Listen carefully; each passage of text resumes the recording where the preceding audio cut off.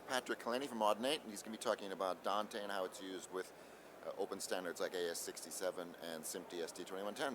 Patrick. Cool, thank you. All right, hello everybody. So what I want to talk to you today is about Dante and how it relates to AES67 and 2110, and probably specifically, why do we have two different modes? Why do we have an AES67 mode and a 2110 mode when they're compatible?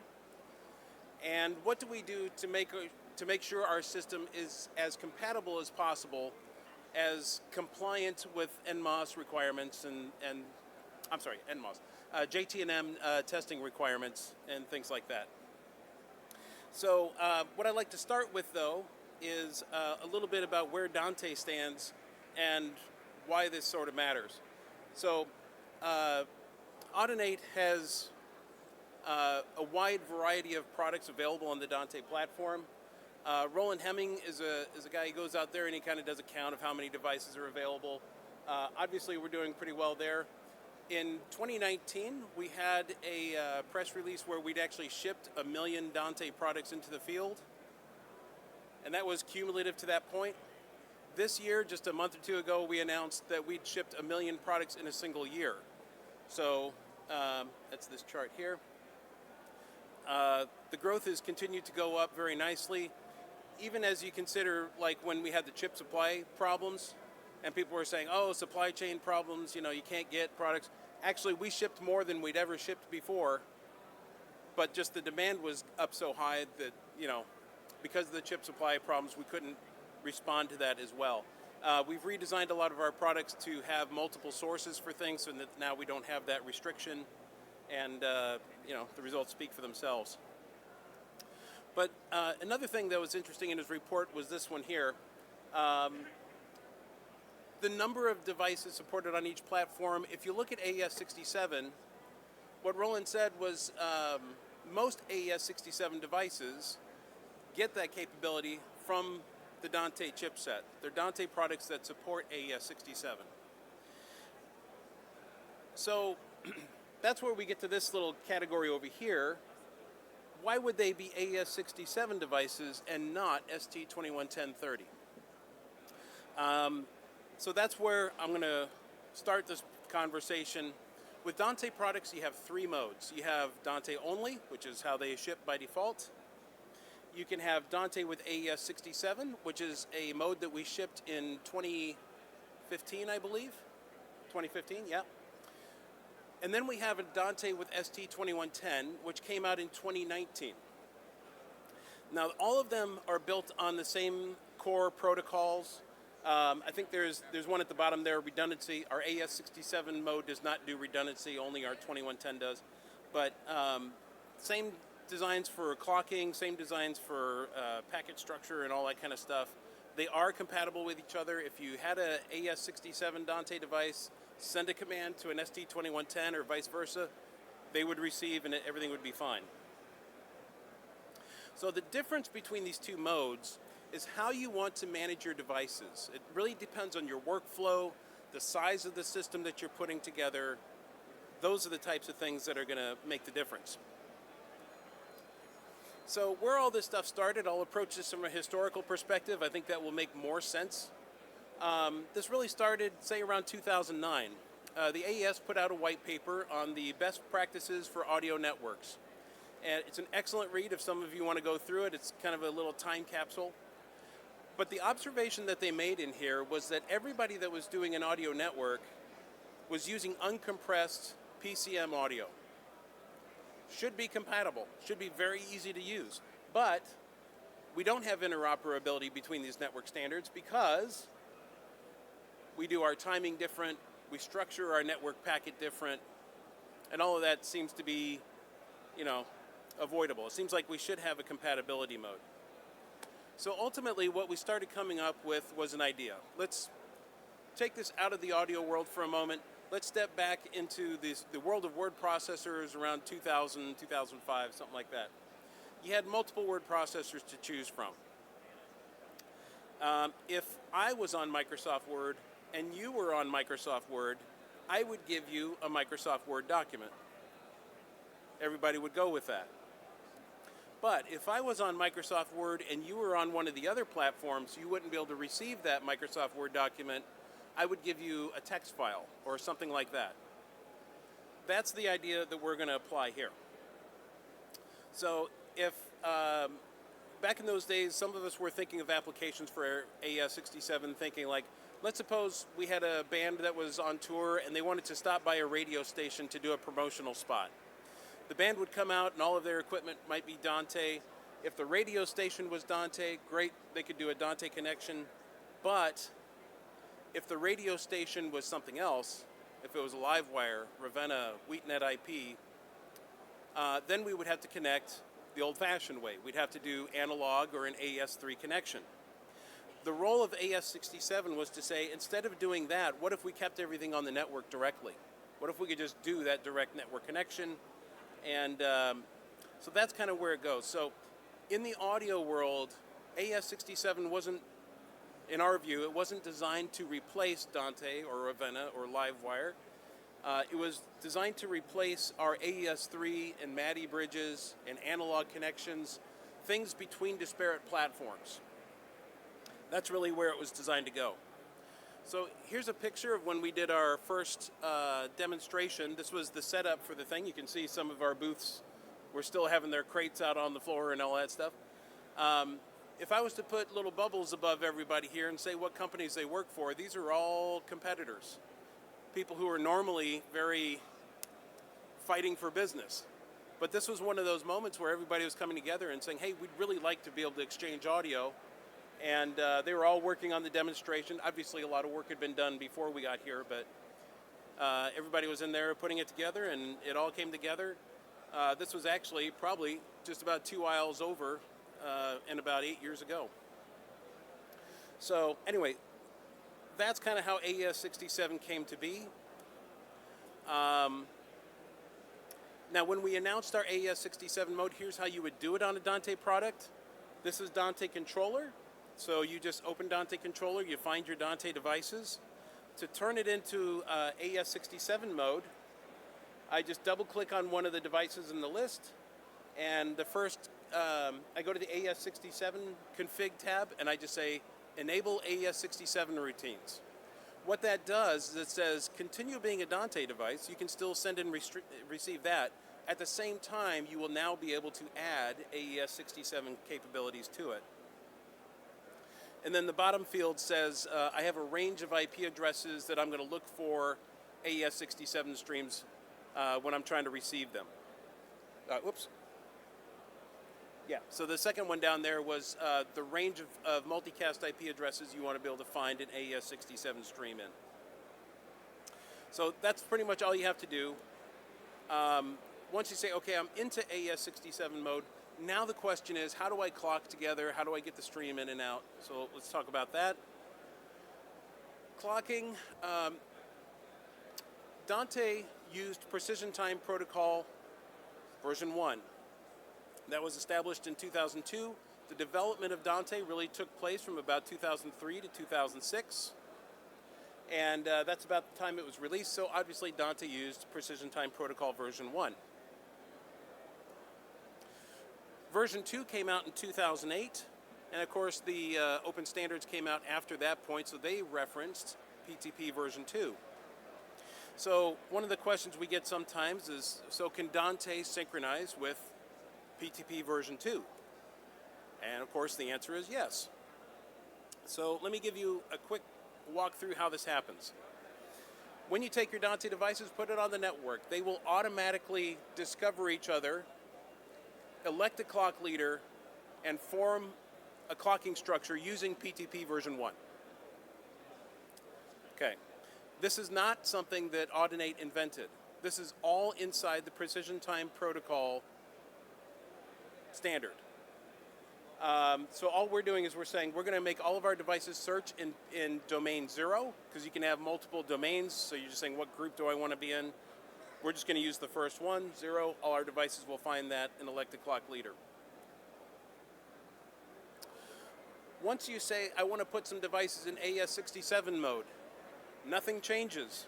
It still acts in Dante as it always has, but now we would prefer a PTP version 2 leader. The moment we see one, we will go follow it. So here comes the clock leader, and we say, I see that one. My AES67 devices, I've got 3 of them that are in that mode, 2 of them that aren't. The ones that are in AES67 mode will now chase that for a precision time version 2 clock. And basically what that's called is a clocking domain, so they're all following the same clock. They just have one person, they're saying, this is the time, great, we're going to synchronize to that. But we still want to deal with these devices on the far side here, right? We still want to get them involved. So what our device will do is they will elect one device to act as a clock leader for PTP version 1. So it says, okay, I'm getting PTP 2 from that primary leader, and then I'm going to redistribute it as PTP 1 to the remaining devices. So this is how we get all of our devices in there, whether you were whether all of your devices can do AES67 or not, and you can still form your system. A lot of this is just to make sure that your devices are still compatible going forward. We never want to just take devices and make them vanish. You know, if you spent thousands of dollars on some stage boxes and we can make them work, we're going to try to make them work, and this is how we do it. So that brings the whole system together there. So we've got our clocking worked out. The next thing is like, okay, now we got to make subscriptions between our devices, right? We got to tell our devices to get the flows from one place to another. The chart at the bottom here is actually from a document SSL put together, which I think was really good. It talks about a full stack audio over IP protocol. The basic idea, and then the document at the top here is a video of our CEO now, Aidan Williams, and sort of his first impressions of AES67. And one of the things that Aidan said was AES67 only tried to deal with the transport of audio. It didn't deal with discovery, where you automatically see all your devices. It didn't try to deal with how do I create subscriptions between devices. It just dealt with the transport bit. So, and Aidan's point was by just focusing on that, that was something you could get a lot of people to agree upon. As soon as you start talking about the higher levels, this is where every company had a different idea about the way it should happen, and that's why we all developed our own workflows and things like that. So the chart here at the bottom basically says, look, AES67 has a way to get audio across your network, but it doesn't deal with discovery, it doesn't deal with making subscriptions, so how do I get the rest of the way here? So let's talk about how we get that done. All AES67 devices will use Session Description Protocol, SDP. And they will have a file that basically describes everything you need to know about the stream to be able to use it. So inside there, you'll see the multicast address that it's transmitting on. You'll see the number of channels, you see your sample rate, your bit depth, all that kind of stuff. That's all encoded in there. So that's the information we need to be able to get from one AES67 device to the next. Because everybody is using multicast, our AES67 devices, this sounds weird, but you don't actually have to talk to each other. A multicast device provides the stream to the network, has no idea if anybody is listening to it or not. It just says, here it is. Anybody can tune into it if they like. And then the receivers talk to the network switch and say, hey, I would like to get the stream. Please send it to me. And then it goes down there. So our devices really talk to the network switch. They don't really talk to each other in that sense. So we just need to be able to get this SDP file from one to the other. Session announcement protocol is a method where we can broadcast this information. We can multicast this information. And our devices can see that, and then all of a sudden we're aware of the streams and we'll be able to do things rather automatically. This was a technology that Audinate was promoting for people to use, and some companies have taken it on. I know DirectOut, Lavo, Emerging Technologies, QSC. There's been a number of companies that also sent the session announcement protocol so that their streams would show up in our system.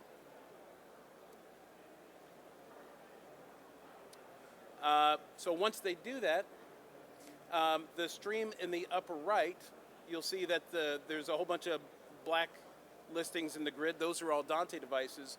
The blue one is an AES67 stream. We've seen that SAP announcement, and we populate it into there. Now, if you don't have an SAP announcement coming from your transmission device, we need to make one. So there was a program that was put together. This was used in a lot of dirty hands events and stuff like that for testing and putting everything together. Basically, on the left-hand side, it'll show you any announcements that were in the Bonjour, that were Ravenna announcements. In the middle is SAP for Dante. And then on the right, if your device doesn't have any kind of announcement, you can manually just put them into this program. And now you could take any announcement from one platform, put it into the other, and so on. So that's a way to be able to get these announcements across devices fairly simply. And then once you've got it in there, all you have to do is go down there and make your check marks as usual to make your subscription. Now, if you are trying to transmit AES67 from a Dante device, you're going to make it just like you make a Dante multicast stream. It's exactly the same. You're going to double click on the device. You're going to say, I want to make a multicast stream. So we have the little multicast icon. It's a little dot with a little fork coming off it, meaning I'm going to transmit once and it's going to go to multiple places. And then we'll get this little menu here. You can see if we're in AES67 mode, we'll get some of these options where we say, do you want to make a Dante stream? No, I want to make AES67. Okay. Do you want to have Dante controller automatically pick a multicast stream that is not in use? Or would you like to specify it?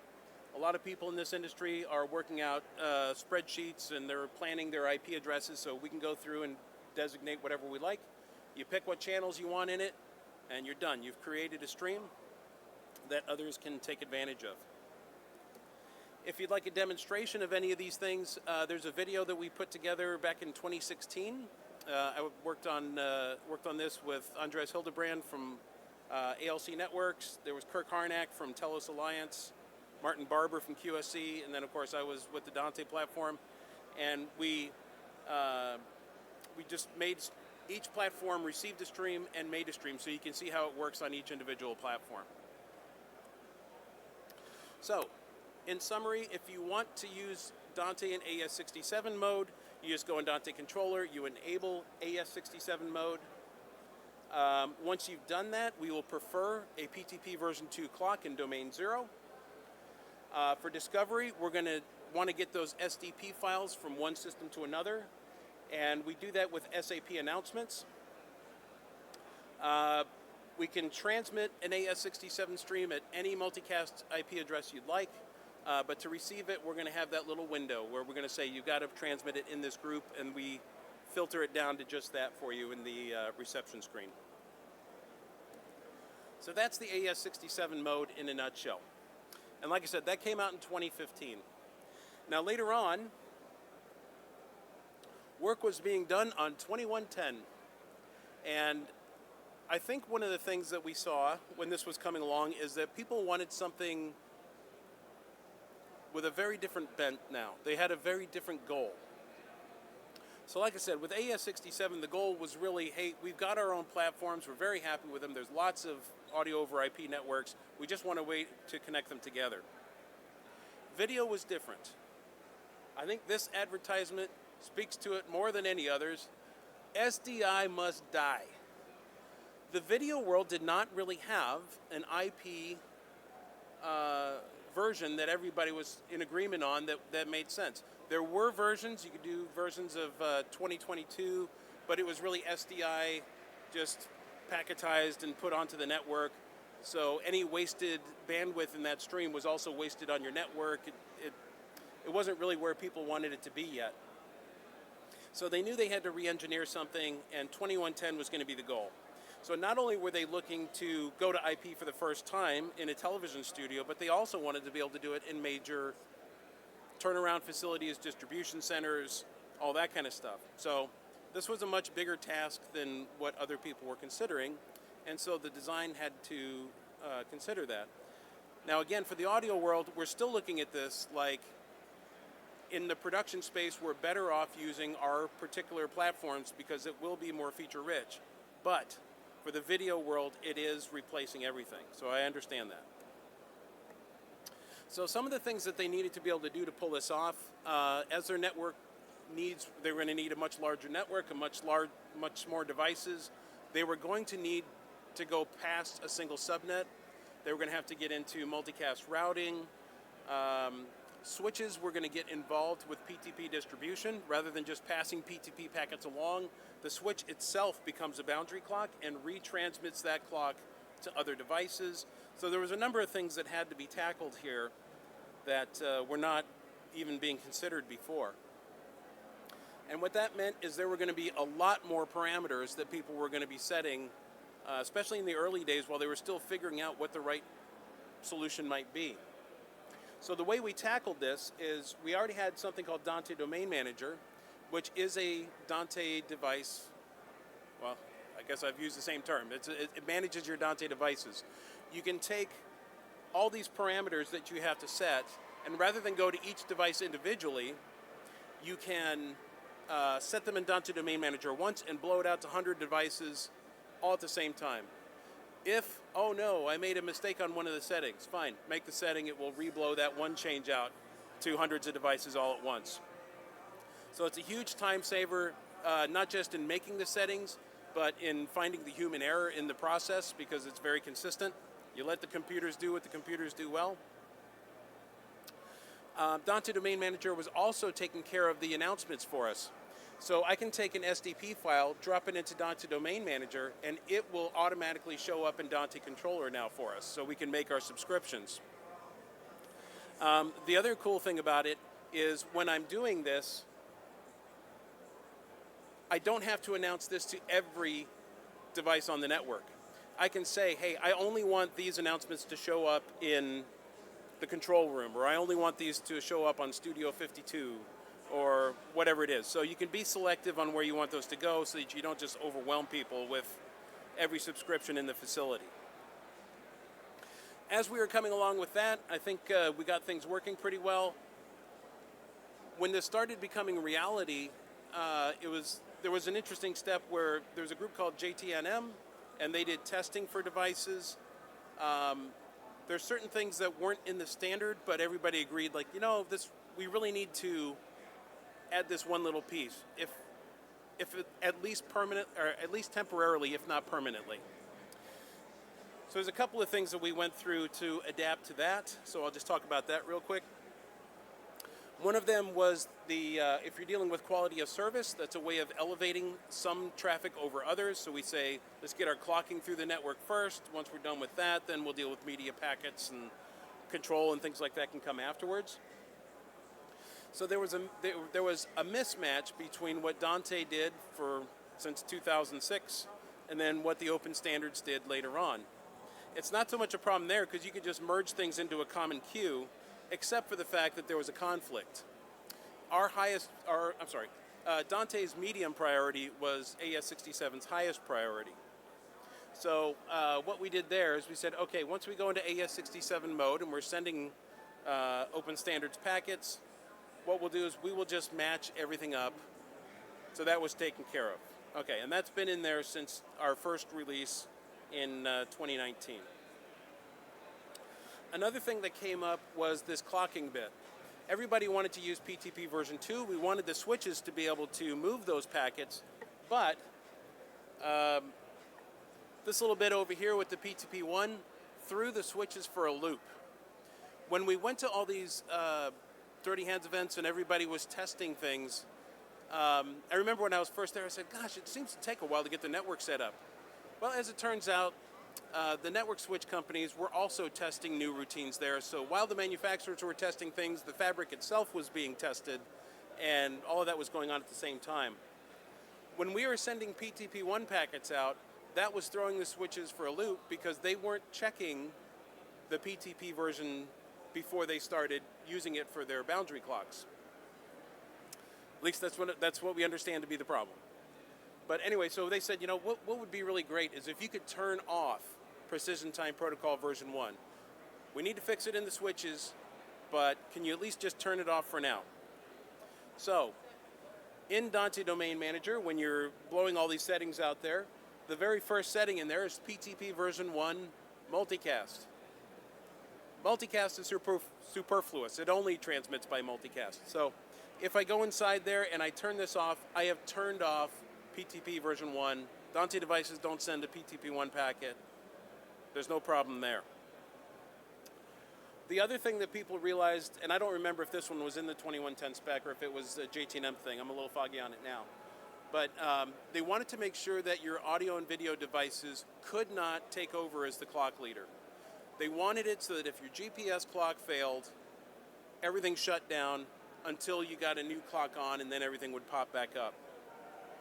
So down here, if we say I want to be the PTP slave only, that means we will never take over as the clock leader. Like I said, that's just the best practice in the industry, so we've added that to the system.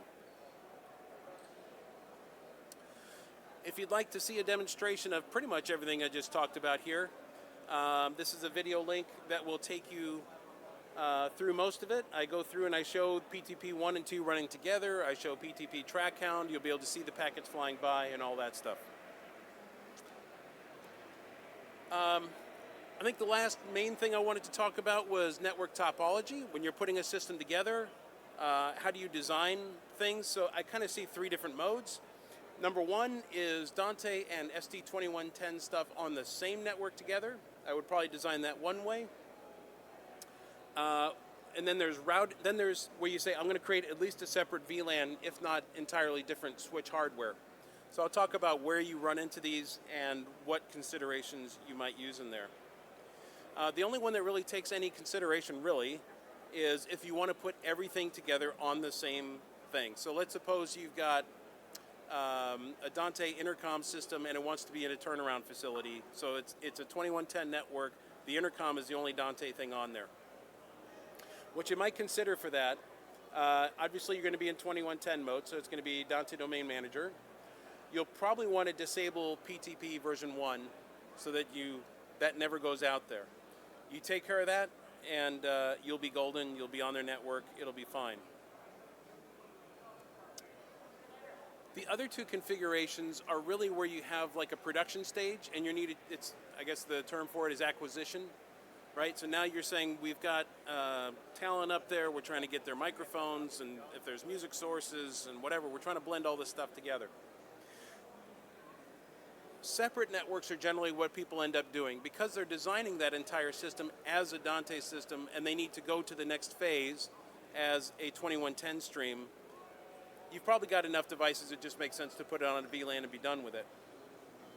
So the routed VLAN is probably a situation like what you would see at the NFL facility that they built in Los Angeles.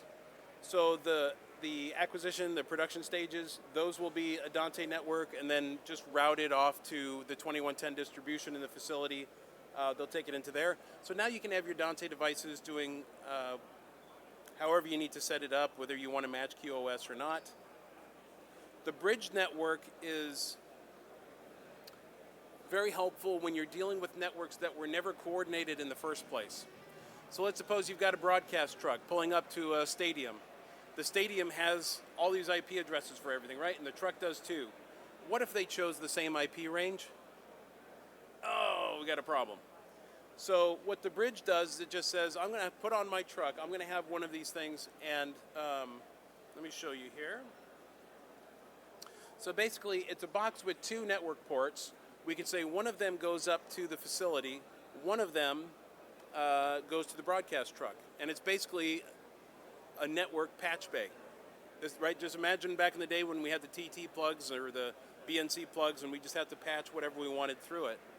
So this particular product is 512 channels wide. If you need more, you can always put multiples in there. But yeah, so one of them goes to, let's say, your truck, one of them goes to the facility you've pulled up to, and then you can keep those networks separate. Internally, it is not a network connection, it's actually just PCM stream from one card to the other. The only DSP that happens in these sometimes is sample rate conversion, which, by the way, even that is helpful sometimes because maybe your truck is 96K, but the facility you pulled up to is 48. So again, That's a situation where having a bridged system completely isolated is sometimes helpful. So a couple examples where you might see these types of things. This is the Royal Albert Hall. They put at least at the time, it was the largest live sound system in the world. I think it was 384 individual channels going to the speakers for an immersive sound system in there. And basically what they did is they put all that together, and they said when a band comes in on tour, they don't want people going in and changing their DSP and changing IP addresses or anything like that. What they wanted was just give me your streams and then trust that the PA is going to sound good. I promise it does. So they did a bridge here. So when the band pulls up, they just hook up, they show up to one side of the bridge. Everything else was locked with Dante Domain Manager. It was secured. They were still able to connect directly on the network, but not have access to anything else. So that was one example. The BBC, this is an example where things were on the same network together. I think this is when they were talking about Dante and Ravenna being merged together quite directly. So that's the everything in one. And then, like I said, the NFL, there's actually a combination here. There are some routed networks and some bridge networks all in the facility. And this is one of them where they were saying we had two different types of PTP running on the same switches and it all worked fine. The interesting thing about that, by the way, like I said, some switches were having problems with PTP. Arista Networks has about a year ago announced a command on their command line that allows PTP1 to pass again. So, and we've actually tested this where we had their switch in boundary clock mode, and then we took our devices with PTP1 and it was passing, there was no problem. Test your other switches, make sure before you go blowing that out in your facility, but that's the thing you want to know about, and so hopefully we'll be able to get past that problem completely pretty soon. But with that, that's what I have for you.